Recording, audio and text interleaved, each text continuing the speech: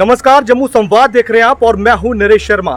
इस समय मैं ऑल इंडिया कांग्रेस कमेटी के दिल्ली हेड ऑफिस में मौजूद हूं और यहां पर कुछ देर पहले जम्मू कश्मीर कांग्रेस के वरिष्ठ नेताओं की यहां पर एक बैठक हुई है।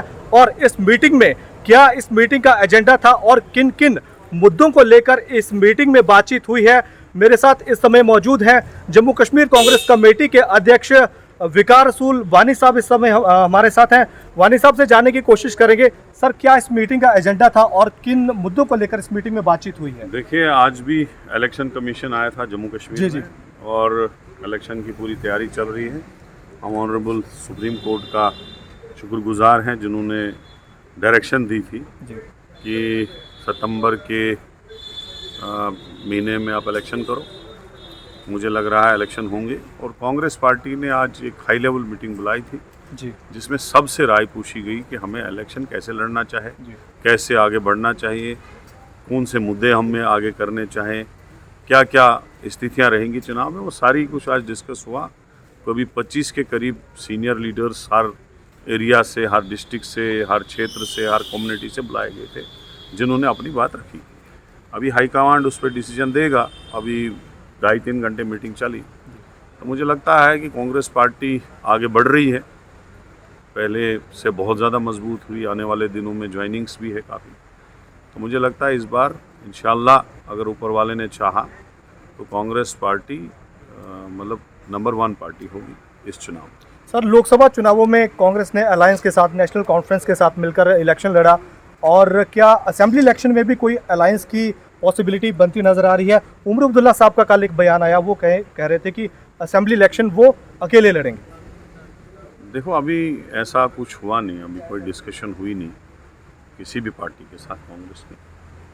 आगे जब ऐसा कुछ होगा तो हम आपको बता देंगे। Sir, union minister Ramdas Athawale Srinagar में उन्होंने आज कहा कि अक्टूबर से पहले हो सकता है कि जम्मू कश्मीर को स्टेटहुड जो है वो मिल जाए। नहीं, पहले तो हम बोलते हैं छीना ही क्यों। इन्होंने एक्सक्यूज़ दिया था हम हालात सुधारेंगे, हम यहाँ पे डेवलपमेंट करेंगे, इसको सेंटर का हिस्सा बना के। तो 5 साल में हुआ कुछ नहीं, जो पुरानी चीज़ें थी वो भी बर्बाद हो गई। अब हम चाहते हैं कि देर मत करो।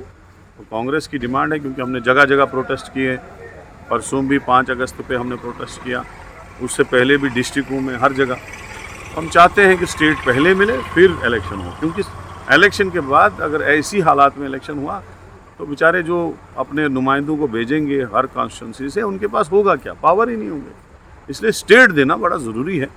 कांग्रेस स्टेट के लिए लड़ रही है, संघर्ष कर रही है और डिमांड कर रही है कि इमीडिएटली स्टेट को रेस्टोर किया जाए और फिर चुनाव में जाया जाए। सर, 5 साल हो गए जम्मू कश्मीर में अनुच्छेद 370 को हटाए हुए, और इस दौरान कई सारी तब्दीलियाँ जम्मू कश्मीर में देखी गई। हाल ही में एक बड़ी तब्दीली जो जम्मू कश्मीर को लेकर की गई वो ये थी कि जम्मू कश्मीर के जो लेफ्टिनेंट गवर्नर है उनकी जो पावर्स है उसको बढ़ा दिया गया, और कहीं ना कहीं जो आने वाले जो मुख्यमंत्री होंगे वो उनकी जो शक्तियां हैं, उनकी जो पावर्स है वो कम रह जाएगी। 370 हटाते वक्त जो होम मिनिस्टर ने एक्सक्यूज़ दिए थे कि मैं यहाँ पे रोज़गार बढ़ाऊँगा, इंडस्ट्रियलाइजेशन करूँगा, जम्मू कश्मीर में जो टूरिज़्म सेक्टर है उसके बढ़ाएंगे, आपका हेल्थ और एजुकेशन सेक्टर ख़राब है उसको ठीक करेंगे, लेकिन बेरोज़गारी बहुत बड़ी, गरीबी बड़ी, तबाह बर्बाद हो गया जम्मू कश्मीर।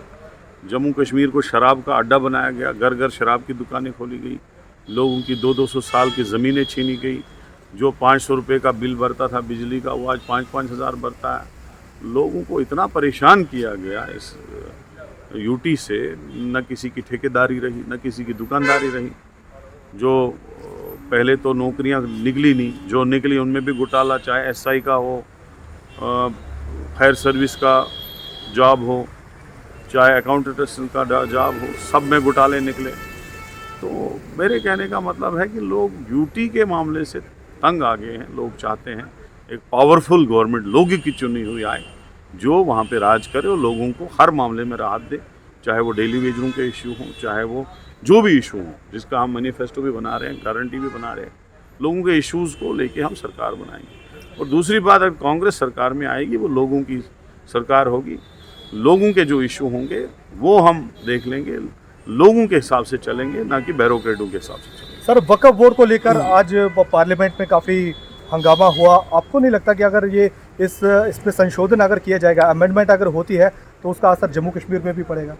देखो, आप सेंटर में राहुल गांधी जी हैं, हमारी कमेटी बैठी है, उस पर बात कर रहे हैं, पार्लियामेंट में कांग्रेस पार्टी उनका जवाब देगी। Thank you. Thank you sir.